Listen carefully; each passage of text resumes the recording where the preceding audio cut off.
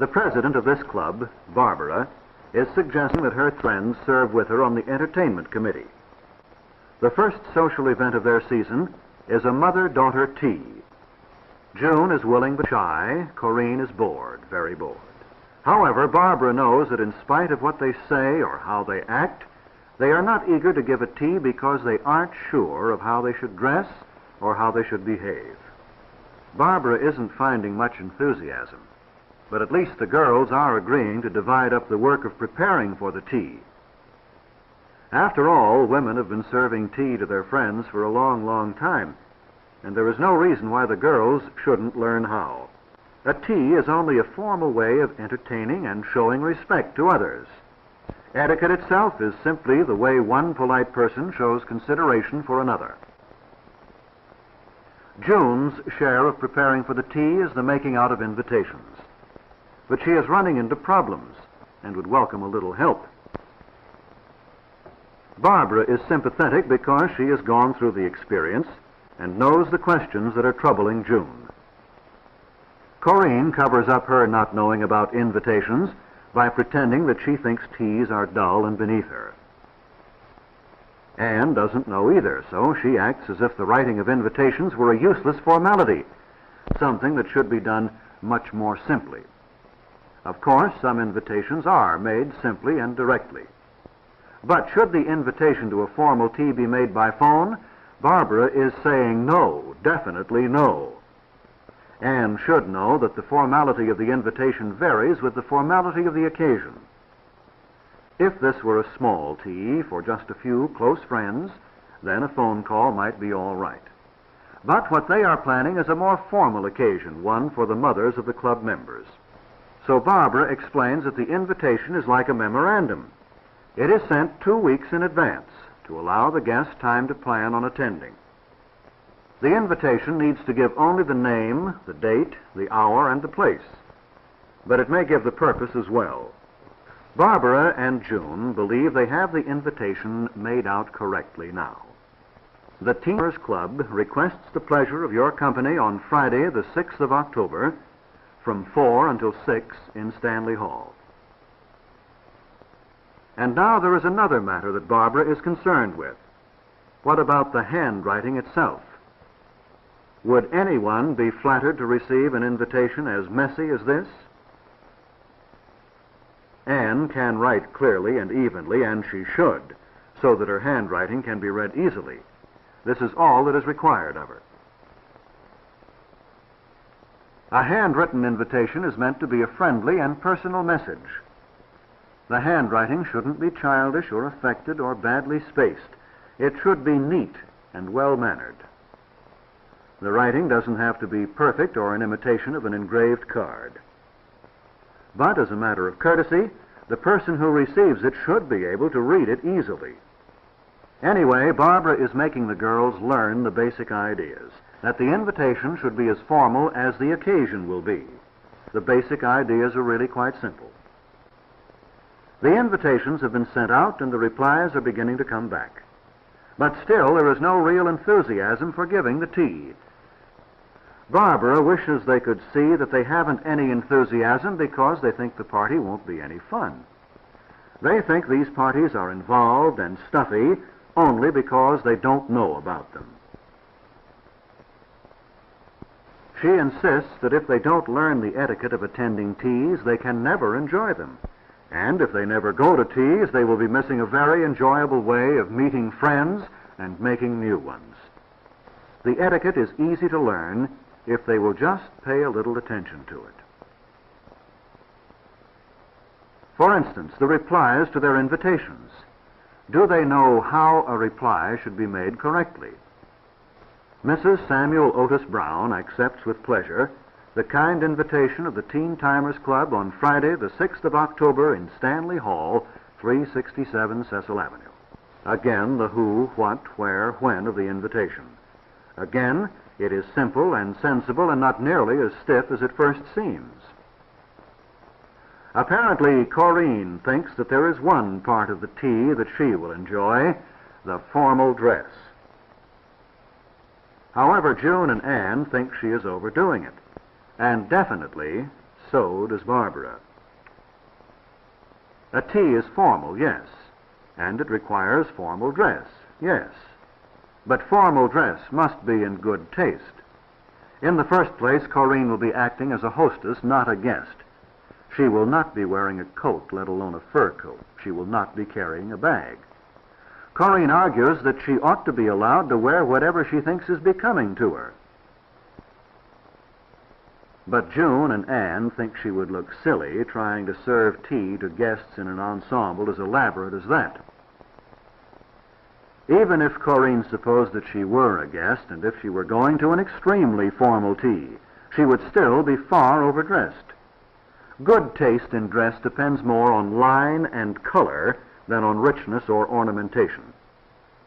Moreover, in acting as a hostess, Corinne will dress quite simply. No gloves, and certainly not the long white gloves which are intended for formal evening wear. Jewelry should not be overdone. Hats are worn only by the guests. There is nothing at all wrong in Corinne's wanting to dress formally, but she must learn what is in good taste. Barbara changes the subject to ask Corinne what she is planning as entertainment for the tea. Corinne confesses that she hasn't even thought of it.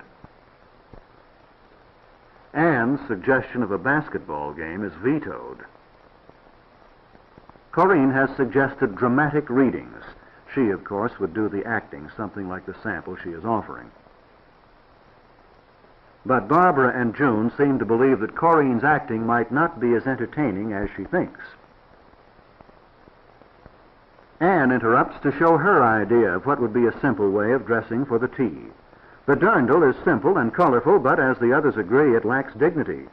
Corinne carried the idea of formal dress to one extreme, Anne is going to the other.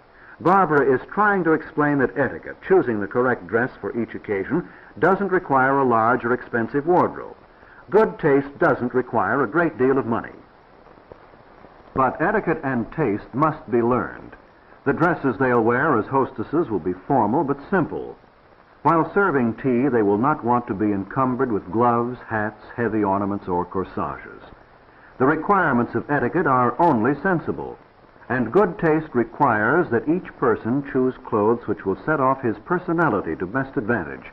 That's only sensible, too. Anne's wanting to wear her tailored suit is wrong for her as a hostess, although it would be all right for a guest. Moreover, the lines of a tailored suit are wrong for her figure and make her look heavier. Since the girls are so uncertain of what is correct and in good taste, Barbara suggests that they try putting on a style show as the entertainment for the tea. It would interest everyone, old and young. Or would they prefer a musical, films, book reviews? Suddenly, another question rises. Should the type of entertainment have been mentioned on the invitation? Barbara has to admit she doesn't know. Actually, her invitation was correct. Anne tries practicing at home. She has at last admitted to herself that she has much to learn. She knows she is bungling even though she is trying hard. But she isn't sure of anything.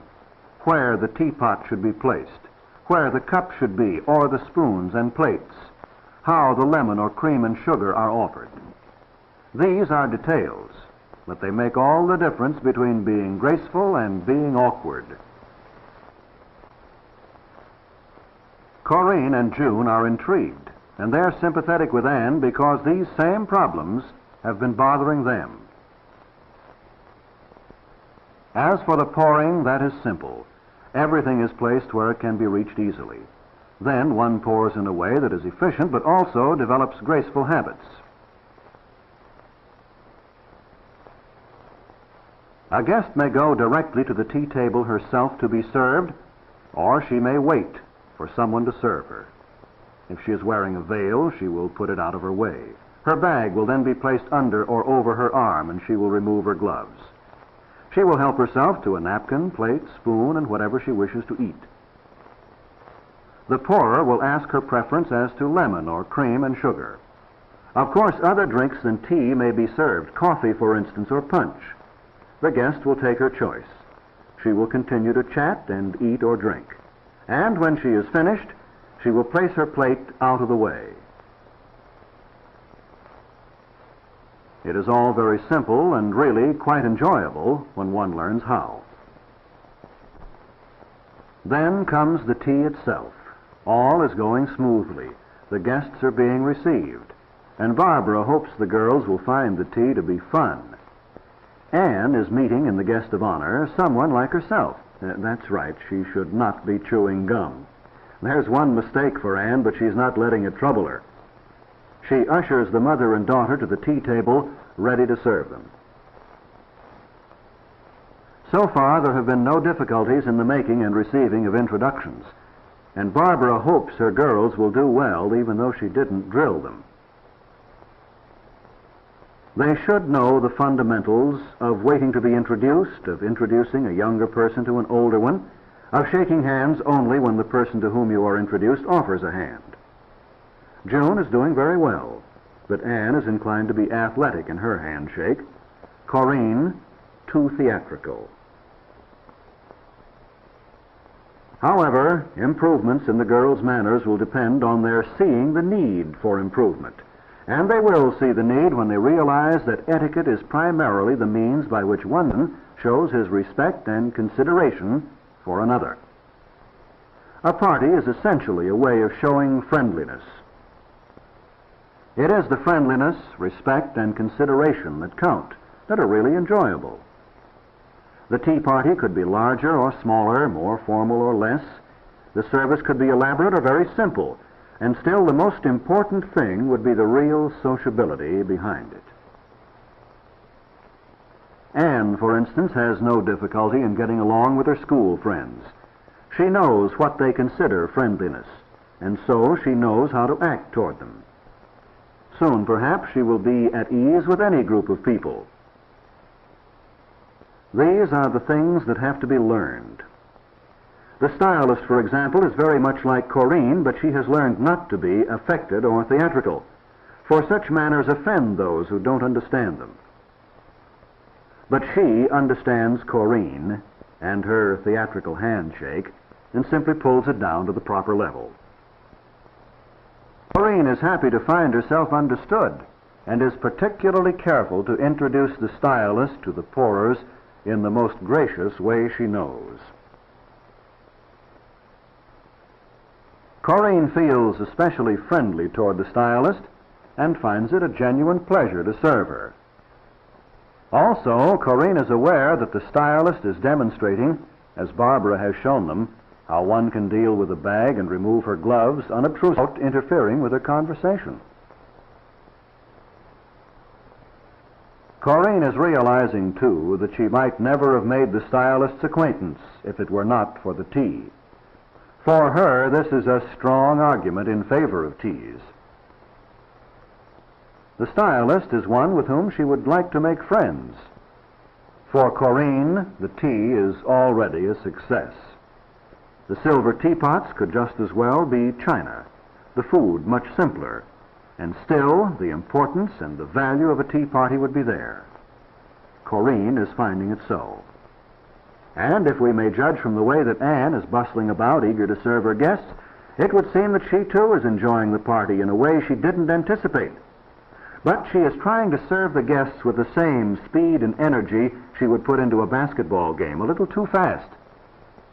One shouldn't take accidents too seriously, except to see that they don't happen again. The guest of honor puts Anne at ease by congratulating her, ironically, on playing a fast game and making a good shot. Style is not the same thing as fashion, which changes. It doesn't require expensive clothes, but it does require good taste. Style is the art and science of enhancing one's personality through clothes. It involves the practical considerations of how to emphasize good features and mask the less attractive ones, of how to use lines, colors, fabrics, so as to meet the problems of the individual figure. The tall figure is broken with horizontal lines, the short figure heightened with vertical lines. One person appears larger in white. The heavy person looks smaller in black. If the hips are large, attention is focused on the shoulders or bust. The thickness or thinness of fabrics can seem to add or take off weight. Colors and color combinations are used like lines and accessories for effect. It is by the artful use of principles like these that the smart woman learns to dress in a way that suits her personality. As the stylist begins to analyze the first series of dresses in terms of good design, the girls are enjoying themselves. Their fears are gone. They can look forward with pleasure to other parties.